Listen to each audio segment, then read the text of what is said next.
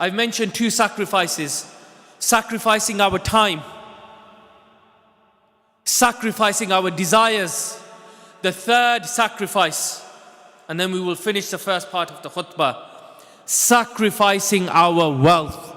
I mentioned to you that we are in the top 5% of people in the world in terms of our income. Do you spend money on your children? Do you sacrifice your wealth for your children? Do you ensure that they are receiving an Islamic education, that they are receiving tuition, that they are gaining experiences, that they are gaining skills that will help them when they grow older?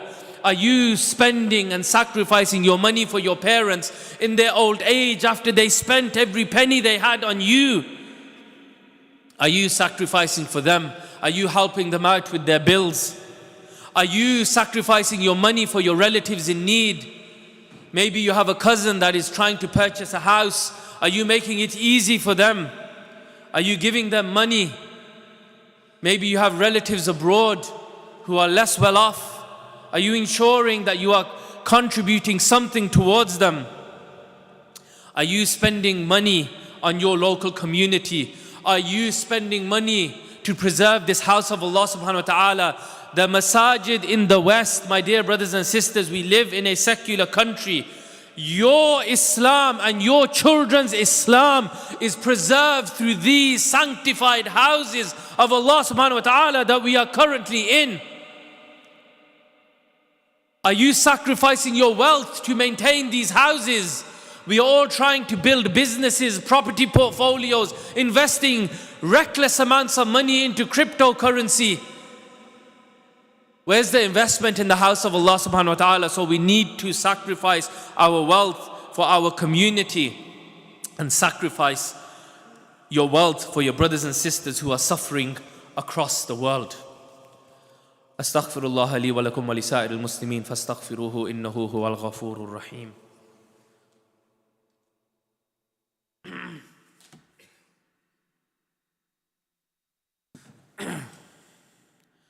Alhamdulillahi Rabbil Alameen, wassalatu wassalamu ala Sayyidil Anbiya wal Mursaleen wa ala alihi wa sahbihi ajma'in.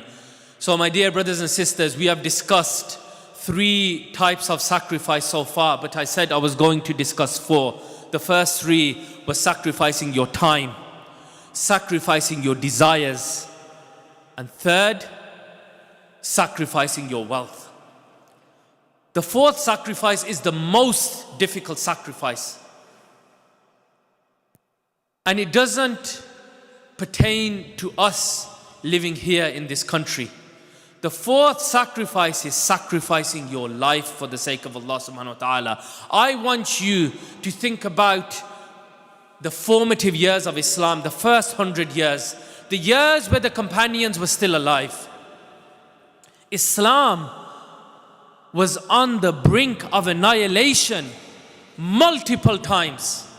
The Muslims were on the brink of destruction multiple times. Yet those companions laid down their lives without hesitation to preserve Islam. And 2 billion Muslims today owe them a debt of gratitude. May Allah subhanahu wa ta'ala be pleased with them all. We owe our shahadas, we owe the dignified lives that we lead due to them. But you may be saying, those were the companions. But my dear brothers and sisters, there are a group of people who are sacrificing their lives today. When the original Nakba occurred in 1948 to our Palestinian brothers and sisters, they were faced with a choice back then. They were faced with a choice. Leave, and you can leave with your lives. And remember, the borders were very porous. The nation states were just forming. They could easily have gone. But they chose to stay. They chose to stay to preserve their homeland. They chose to stay to defend Masjid al-Aqsa. But they knew, at that moment, they knew that their lives were going to be taken. Their children were no longer going to receive an education. Their houses were going to be destroyed. They would have to flee. They knew the choice that they were making at that time. And they knew they would have to pay in blood. And my dear brothers and sisters, for the last 70 plus years, they have paid with blood. That land is drenched with their blood. But you know what's a huge, powerful lesson for all of us? Is the statements that are coming out of their mouths. This genocide that was unfolding before our eyes is the first genocide in history to be live streamed. Yet my dear brothers and sisters, I was watching a video, one video, and it was a combination of a few short videos put together. This one shook me to the core. And in every video, the people in the video were saying one statement. That was what was common about all of these videos. In the first video, it showed a mother, she'd lost her child. And she was complaining to the camera, Ya Allah, my child, one child is in prison, my house has been destroyed, and now my other child is dead and she's holding the body. The second video showed a man in hospital. He was badly injured and he was also complaining and saying, Ya Allah, this is my condition. But he was saying one statement. And the third video showed a mother, again, who'd lost everything, who was saying, my child is in prison, my house has been taken. But she was saying the same statement. And what was that statement? She was saying, and they were all saying, Khudh hatta tarda, take, Ya Allah, until you are pleased. Take, Ya Allah, until you are pleased. If you are going to test us until you are pleased. This was their resolve, my dear brothers and sisters. So put into perspective the first three sacrifices. Sacrificing your time, your desires, your wealth. It means nothing in comparison to the fourth sacrifice. But we have to ensure that the first three sacrifices we are implementing in our lives on a daily basis. This is our challenge. But put it into perspective and look at the challenges that other people are facing. I want to spend the last few minutes, inshallah, of this khutbah discussing with you something that's happening in Glasgow. I'm bringing everything local to you, my dear brothers and sisters. Around 3 years ago, a group of our Syrian brothers and sisters who were recently arrived in the country, they had fled Syria due to the oppression that they faced and the constant bombardment that they faced. They fled and they set up life here in Scotland, in a Drossen, which is not far from Glasgow, on the coast. And they came and they said to Sheikh Sahib, the Imam of the Masjid here at Al Farouk, we don't have a place to pray. We don't have a place to establish salah. We don't have a madrasa for our children. And we fear that our children are losing their Islam. So help us. We have nothing. But can you help us establish a masjid? And I want you to think about something. If somebody, you were standing in your front garden and somebody came past and they're rushing and they say to you, brother, I'm new to the area, I need somewhere to pray Maghrib Salah. Can I come in and use your front room and pray for 5 minutes and leave? Nobody in this masjid today would say no. So Sheikh Suhaib, how could he say no? And he agreed. But my dear brothers and sisters, 3 years on, that masjid is still not complete. 3 years it's been since our Muslim brothers and sisters have asked us for our help. 3 years. And we live in Glasgow, in Scotland. We have established ourselves. We all receive salaries. And yet it's taken us 3 years and we have still not completed that masjid. Imagine all the salahs that they have missed. Imagine their children who are not being educated in the basics of Islam. How long will it take us to act before we lose a generation? Their Islam, their education is dependent on whether we sacrifice or not. So I am asking you, my dear brothers and sisters, to sacrifice for 2 things. Sacrifice your time and sacrifice your wealth. Right now, alhamdulillah, I've received an update. The roof of the masjid is complete in Adrosan. They are now paying for the steel framework. It's going to cost £80,000. They have raised £20,000. They have paid a £20,000 deposit. The steel work is now being fabricated. There is £60,000 that needs to be paid in the next few weeks to complete the steel framework. Once that's done, then it's just the internal fit out that needs to happen. Are we going to allow this project to continue to drag on and on and on? Or are we going to sacrifice? I know for a fact there are people here today that can donate. Maybe there's one of you that can donate the entire amount. There are some of you that can donate £5,000, £10,000, £20,000. There are some of you that can afford £1,000. There are some of you that can afford £500. My dear brothers and sisters,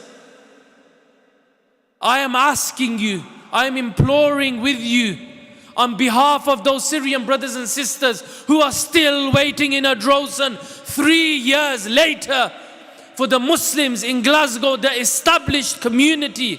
Islamically, they have a right upon us that we support them, that we preserve their Islam.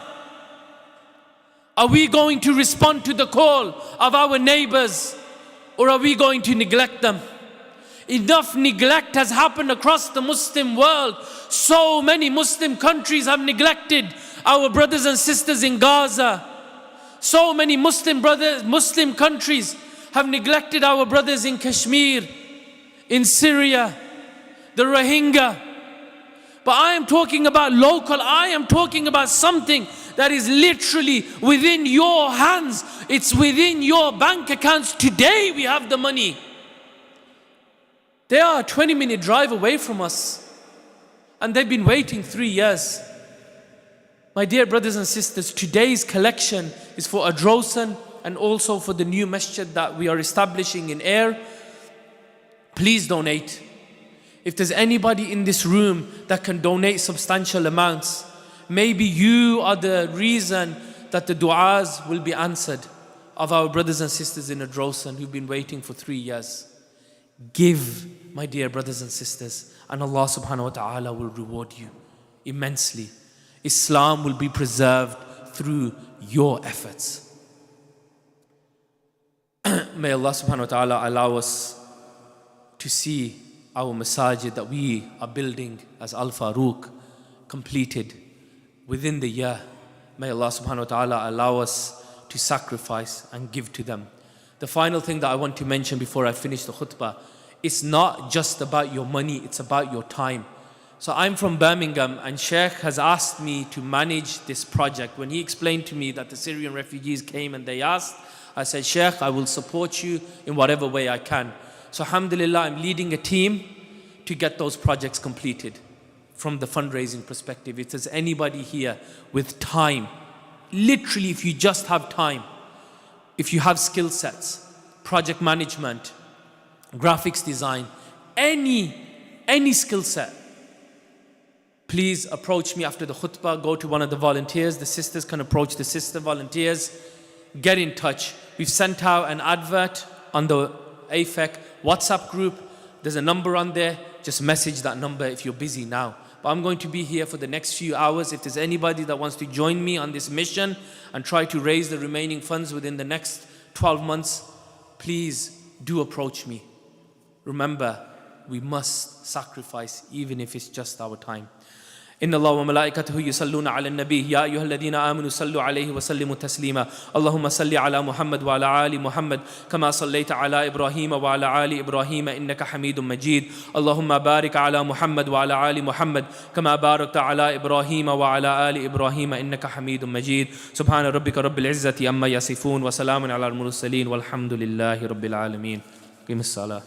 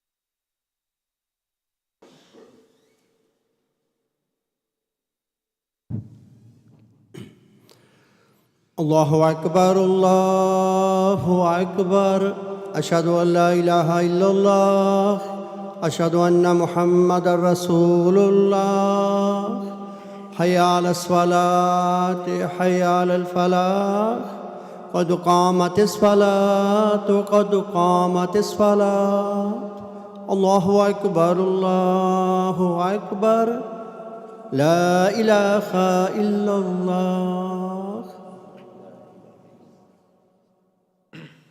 Please, brothers and sisters, straighten the rows, join feet to feet and shoulder to shoulder. Allahu Akbar.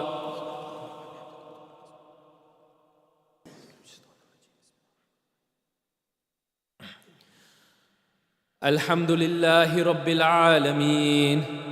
Ar-Rahman Ar-Rahim. مالك يوم الدين. إياك نعبد وإياك نستعين. اهدنا الصراط المستقيم صراط الذين أنعمت عليهم غير المغضوب عليهم ولا الضالين آمين. سبح اسم ربك الأعلى الذي خلق فسوى والذي قدر فهدى والذي أخرج المرعى فجعله غثاء أحوى سنقرئك فلا تنسى إلا ما شاء الله إنه يعلم الجهر وما يخفى ونيسرك لليسرى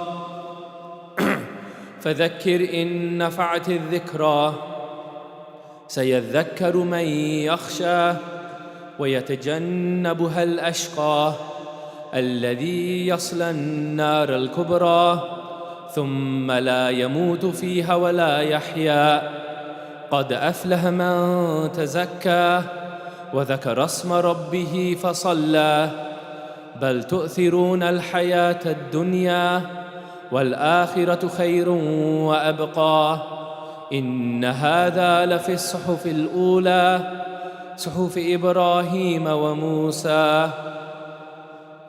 الله أكبر.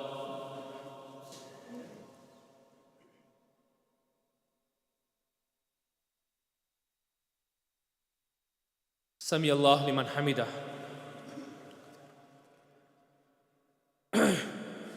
الله أكبر.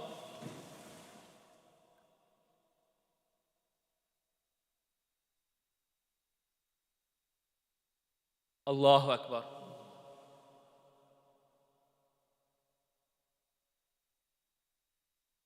الله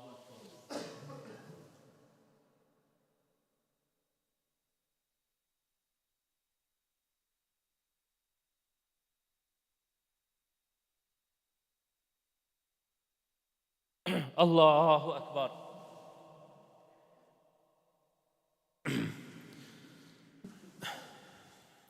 الحمد لله رب العالمين الرحمن الرحيم مالك يوم الدين إياك نعبد وإياك نستعين اهدنا الصراط المستقيم صراط الذين أنعمت عليهم غير المغضوب عليهم ولا الضالين آمين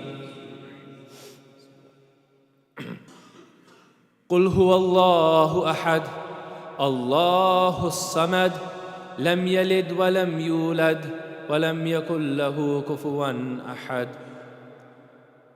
الله أكبر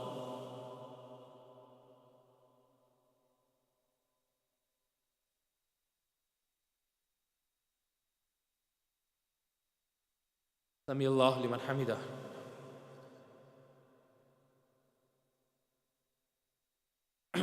الله أكبر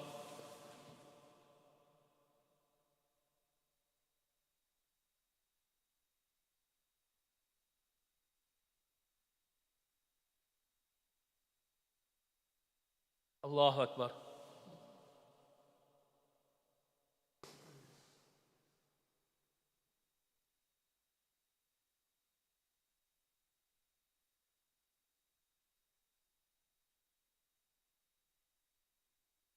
الله أكبر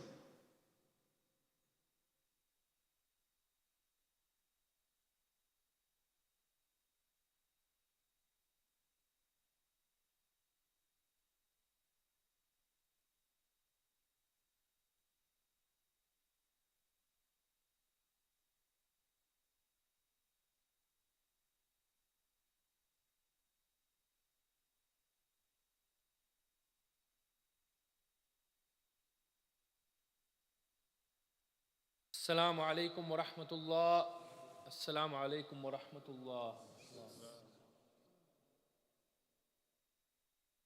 Brothers and sisters, please donate. As we announced in the khutbah, today's collection will be for the two masajid, Adrosan and Air. Please remember to sacrifice. Remember the ask from 3 years ago where our Syrian brothers and sisters came to us and asked us to help them establish a house of Allah so that they can worship Him alone and that their children can preserve their Islam and they can be educated.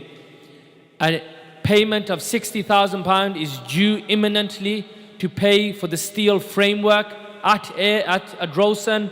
Once this has been installed, then the internal fit out of the building can occur. Also, Air only needs £20,000 left so that it's ready for Ramadan. Inshallah, Taraweeh will be prayed at the Air Masjid this year.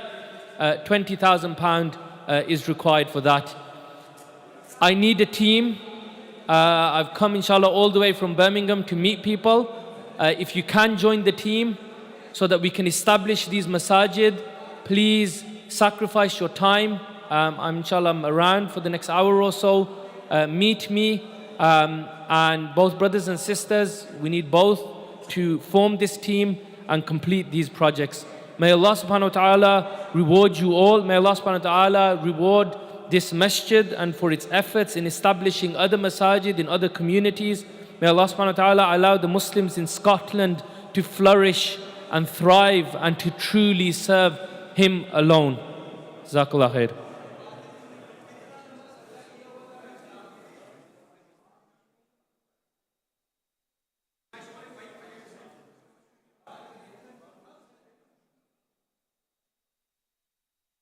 Also, these links for these projects are available on the AFEC website. If you don't have money on you now, or you don't see a bucket or a contactless machine, and you still want to donate, you can do so online.